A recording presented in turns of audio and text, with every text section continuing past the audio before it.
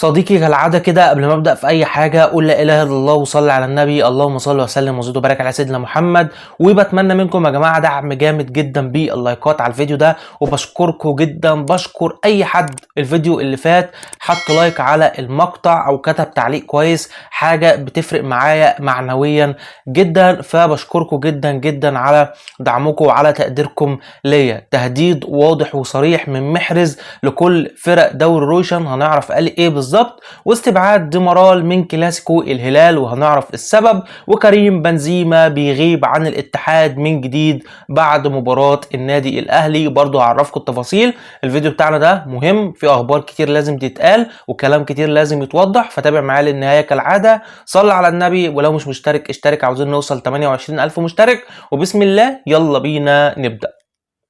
هنبدأ بالموضوع الأول معانا النهاردة، وهتكلم شوية عن مرياح ديمارال المدافع التركي. ولو انت ما تعرفش فكل اللاعبين شاركوا في تدريبات الأهلي الجماعية الأخيرة عدا السبع لعيبة الدوليين اللي موجودين عندك، منهم طبعا هيثم عسيري وفراس البريكان، وكمان بسام الحريجي شارك في التدريبات الجماعية.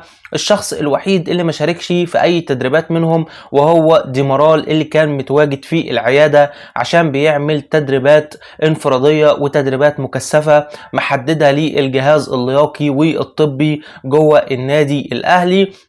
المشكلة الكبرى بالنسبة لي ان ادارة النادي الاهلي، المركز الاعلامي، كل ده محدش اعلن على الصفحة الرسمية للنادي ديمارال بيعاني من ايه، ديمارال اصابته عبارة عن ايه، هيغيب قد ايه، الكلام ده كله. احنا كده فوجئنا ان هو غاب عن مباراة الاتحاد قبلها بيومين تقريبا، اتسرب الاخبار ان هو مصاب، وكنت منزل لكم واتكلمت في الموضوع ده.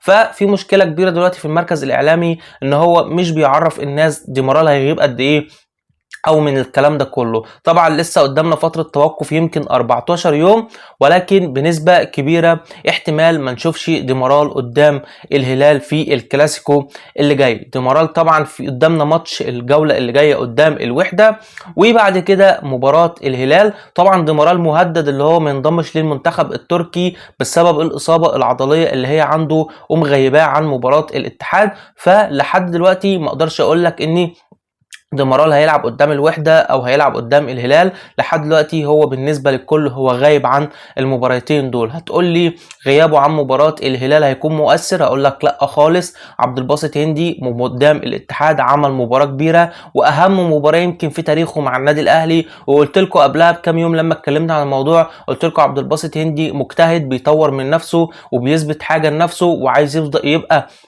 هو المدافع الاساسي على حساب ديمارال، وان اداره الاهلي بتفكر في الشتويه انها ترجع اليوسكي وتمشي ديمارال. والحمد لله كلامي بيتحقق على ارض الواقع، مش مجرد كلام بقوله وخلاص. فديمارال بنسبه كبيره هيغيب عن مباراه الهلال، وكمان ممكن يغيب عن مباراه الوحده، وعبد الباسط هندي هو البديل المناسب في المكان المناسب. فما تقلقوش خالص. وبالنسبه لي انا خلاص مش فارق معايا ديمارال سواء هيشارك ولا مش هيشارك. وقول لي في الكومنتات تتوقع اصابات ديمارال المتكرره وغيابه عن الملاعب دي بوادر ان هو هيمشي ويسيب الاهلي ولا لا؟ تعال بقى نتكلم في الموضوع اللي بعد كده، وموضوع عن كريم بنزيما وايه اللي حصل بعد مباراة الديربي قدام النادي الاهلي. من المفترض يا جماعة ان كريم بنزيما جات له اصابة من جديد. ايوه زي ما بقول لك كده، كريم بنزيما اصلا قبل ما يلعب قدام الاهلي كان غايب بقاله يمكن 3 أو 4 مباريات، يمكن بقاله شهر مش بيشارك مع الاتحاد سواء في الدوري او في الكاس او في الاسيوية. واتأكد بشكل رسمي ان كريم بنزيما اتصاب من جديد بعد مباراة الديربي اللي لعبها قدام الاهلي. الاصابة اللي جات له اصابة عضلية، يقال انها اصابة عضلية بسبب المجهود اللي عمله في ال90 دقيقة او اكتر، ولكن لحد دلوقتي في تقرير طلع واني هيكون في تمارين مكثفة لبنزيما من الجهاز الطبي واللياقي جوه نادي الاتحاد عشان يحاولوا انهم يقدروا يرجعوه خلال فترة التوقف اللي جاية دي. طبعا كريم بنزيما ما بيلعبش دولي خلاص مع المنتخب الفرنسي، فهو دلوقتي كل تركيزه مع النادي الاتحاد. فحاليا في علاج تأهيلي زي ما بقول لكم كده من الجهاز اللياقي والطبي جوه الاتحاد عشان يقدروا يرجعوا كريم بنزيما خلال ال 14 يوم الجايين دول. وبرضه احتمال يشوفوا يغيب عن الجولة رقم 10 من دوري روشن. الموضوع بصراحة بقى غريب جدا، الموضوع ما بقاش يحتمل زي ما بيقولوا كده الجمهور الاتحاد. كريم بنزيما كل يوم إصابة، كل يوم غياب، كل يوم استبعاد. فبصراحة هو مش جاي الاتحاد عشان يفضل كل يوم قاعد في العيادة وفي الماتشات المهمة ما نشوفوش. كان قدام الأهلي هو أحسن لاعب في الاتحاد، ولكن كان قبلها غايب، ودلوقتي برضه إصابة عضلية وقبلها إصابة عضلية.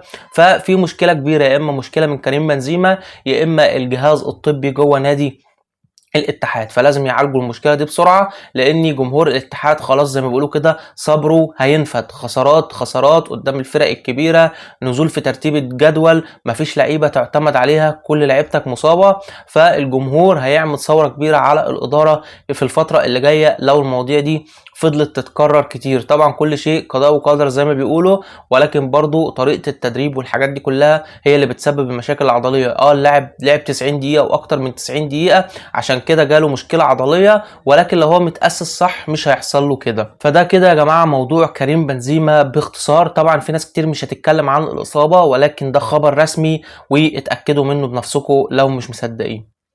تعالوا بقى نتكلم في اخر حاجه في فيديو النهارده، والخبر اللي يمكن كلكم داخلين عشان تعرفوه. يا احمد ازاي محرز بيهدد انديه روشن؟ محرز قال ايه؟ عاوزين نعرف. لو انت متعرفش، محرز كان عامل لقاء صحفي امبارح واتكلم في كل حاجه بتخص الدوري السعودي، ليه جه الدوري السعودي وليه وقع للاهلي وايه رايه في الاجواء. وطبعا الكلام اللي قاله اغلبه ايجابي. اتكلم ان هو اتفاجئ بالاجواء في السعوديه، اتفاجئ بجو الاهلي الجميل والنادي الكويس، واتكلم ان هو كان يعني من ضمن احلامه ان هو يجي دوري قوي زي الدوري السعودي من وقت قدوم كريستيانو رونالدو، والكلام ده كله مفيش اي مشكله فيه. ولكن الكلمه اللي استوقفتني هو تصريح كده قوي جدا قالوا رياض محرز، ممكن انت تشوفه عادي ولكن انا شايفه ليه مغزى كبير. محرز كده قال بمعنى الكلام ان هو حاليا مش في افضل احواله، وقال لما يبقى جاهز بنسبة 100% الناس كلها جوه المملكة العربية السعودية هتعرف مين هو. وده بيقول للجمهور الاهلاوي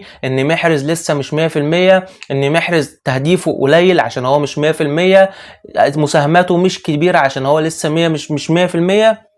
فمحرز كده بالمعنى الحرفي للكلام بيشعللها وبيقول للجمهور انا هرجع وهرجع اقوى من الاول. وده بالنسبه لي تهديد كبير جدا لكل انديه روشن، وكلام كده فيلم استخبي زي ما بيقولوا كده، وتصريحات ضرب نار بالنسبه لمحرز لباقي الانديه او اللعيبه اللي بتسجل اهداف زي رونالدو وزي متروفيتش واللعيبه دي كلها. محرز بيقول لهم انا راجع، ولكن انا مش في فورمتي، اللي انا بعمله ده كله مع الاهلي يمكن 50% من فورمتي. فرياض محرز قال كلام جميل، وابقوا اتفرجوا على اللقاء ده لو انتوا ما شفتوهوش. فده الفيديو اللي كان معانا النهارده، فيديو بسيط كده، فبتمنى ان هو يعجبكم. وكالعاده انا دايما بحب اتكلم بدردشه كده، فاعذروني لو في كلام سقط مني او كلام مش عاجبكم مثلا. ولو عندك حاجه سلبيه انت شايفها في الفيديو قول لي عشان احسن من نفسي. ولو عجبك المقطع اعمل لايك وصلي على النبي واشترك في القناه، وسلام.